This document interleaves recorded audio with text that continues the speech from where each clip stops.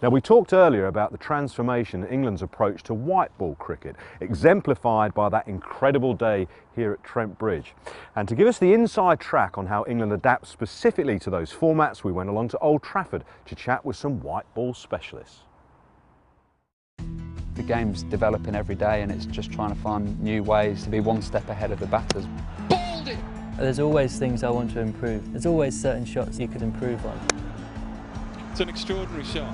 Anything different is good in my eyes. You know, if you can do something that the batter isn't used to, then you're automatically a little bit further ahead. He's gone for a few more. It's just watching other guys and thinking, why can't I do that and why can't I push the bar even higher?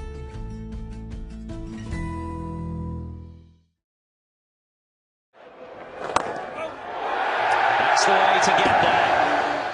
The people that make a real success of 2020 have a fantastic base of the game, but then they were able to do things a lot quicker, make decisions a lot later and hit the ball all around the ground. You can definitely improve hand speed, you can definitely improve speed of thinking, you can definitely improve game sense, and the more you play, the more I think you realise that you've got the ability to score in different areas and hit the ball hard in different areas. It's been hit. Has he hit it for six? He has! Liam Plunkett has hit it straight back over his head for six. The game is tied. Unbelievable scenes. It just happened out of the blue. I literally ran into bowl one ball and I got these shocks down my legs and into my feet, and we didn't really know what was going on, so obviously I had tests for it, and then I could have potentially retired if I wanted to, but I wasn't going to take that option, so I just want to be the best 2020 player I can be now. The guys who tend to practice the best and the hardest, put the work in, tend to come out on top. There's no point doing something at 50% or 60%. You've got to put purposeful practice in. It's easy to waste balls, so kind of you just bowl for the sake of it, so just make sure every ball I bowl has a purpose, every training session I have has a purpose. If I'm bowling at a batter, I like it to be a competition, so I won't be practicing then, I'll be competing. If I'm just bowling with the coach taking a mitt and some cones and things like that, then that's practice. But I'm very outcome based, so if I'm bowling at somebody in the nets, I'm trying to get them out, I'm not trying to practice. My training is quite specific. If I want to go for a net and I want to kind of practice my ramp shots, my reverse sweeps, I'll dedicate kind of 20 minutes to a coach throwing balls to me and me practicing that. Otherwise, if I'm facing bowlers who are running in trying to open the bowling, I go into the net and that is it. That first ball is the first ball of a match. Just making sure you've hit enough balls in practice that you almost feel like you've had some time batting. So that when you go out there, you can just almost go from ball one, and it's about replicating that in the net. There's no point going in the net and facing 30 balls before you play an aggressive shot. So I'll probably go in there and look to hit one of my first few balls for 4 or 6, and making sure I am practicing that every time I go into a net in the shorter formats. The one thing that you see Butler do continually is practice. He practices and practices and practices. So when he comes to a game, he is ready for wherever the ball is delivered. He has a shot ready for that ball.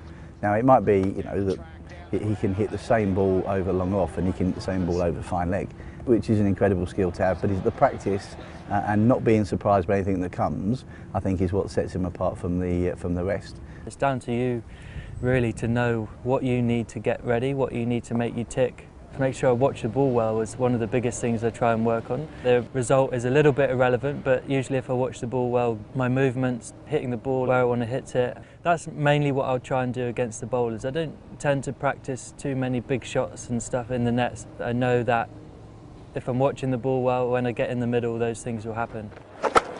Goes again. This time it's gone even further. That's an extraordinary hit down the ground. In this format of the game, 2020, you've got to score at a high strike rate. So it's about hitting the ball where the fielders aren't. It's about developing options where you can score in every area of the ground, and that makes it jolly hard for a bowler. Sweat for 6. What a shot by Sam Billings. There are so many skills that bowlers need to learn. Slower balls, different slower balls, the way that they're bowling their Yorkers. It's a courage thing. It's being clear at the end of your mark what you're going to bowl, and running up and sticking to your plan and backing yourself to bowl that delivery. And you might get out of the park a few times, but the best bowlers, I think, are actually enjoying the challenge. Down the track, Hende is gone. Bowled. It's challenging now with the field restrictions, and then also the number of shots that batsmen can play now, and every batter's different as well. So you've got to be one step ahead if you can. You need to be able to bowl a wide Yorker, good bumper, slower ball bumper, slower Yorker, and it's obviously having those and being able to execute them, but then choosing the right time to bowl them. I spent a lot of time messing about my run up, different lengths, different speeds, and I've probably only really just got that right in the last year or so, really. My slow ball comes pretty naturally to me, just with my action, it suits my action. I bowl it out the back of the hand. An off cutter is what most people bowl, but I just never bowled it, so I'm working on bowling that as well to kind of have another trick. And then my Yorker also, I need to be able to bowl it, so I'm working on it. Gone! What a delivery from Mills! You've got to be bold in this game, and 2020 has definitely helped the game in that frame of mind. Is actually you just kind of got to give things a go, and if it comes off, it comes off, and a bit of bravery in a stupid kind of way. I think a lot of cricket is about self-confidence and feeling positive when you go out into the middle, so it's finding a way to be able to be in that positive mindset when you go out to play your cricket, whether it be bat or ball.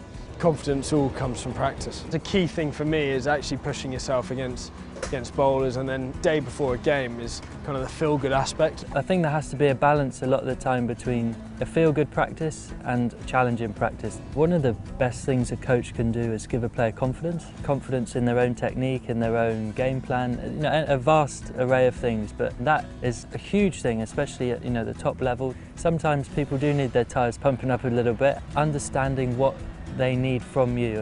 The coach isn't the main person, the player is number one. You're there as a coach to facilitate what they need to improve. Players learn from players. Players don't learn from coaches. Our job is to facilitate their learning. The thing for every coach is you've got to know your players. If you know what your players want, you can help them. If you don't know what they want, you can't help them. The only way you can help them and the only way you can find out what they want is to get to know them. I don't need to know everything about the game of cricket. What I do need to know is what the person wants from me.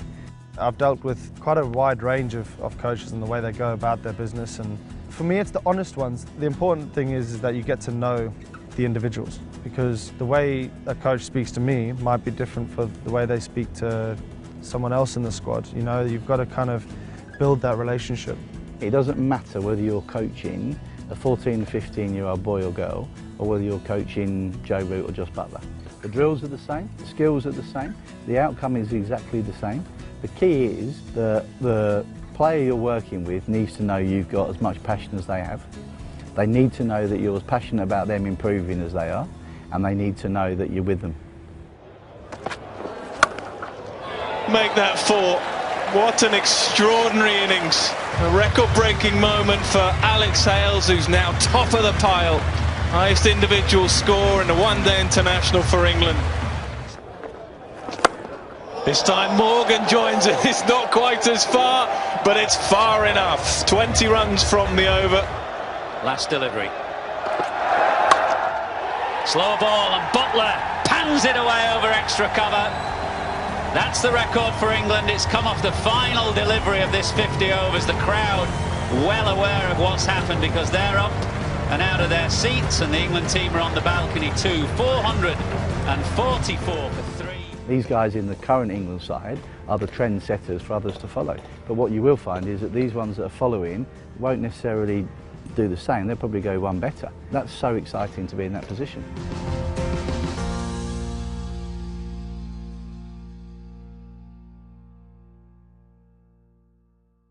We heard from Joss Buttler in that film. He has become an extremely important voice in the England dressing room.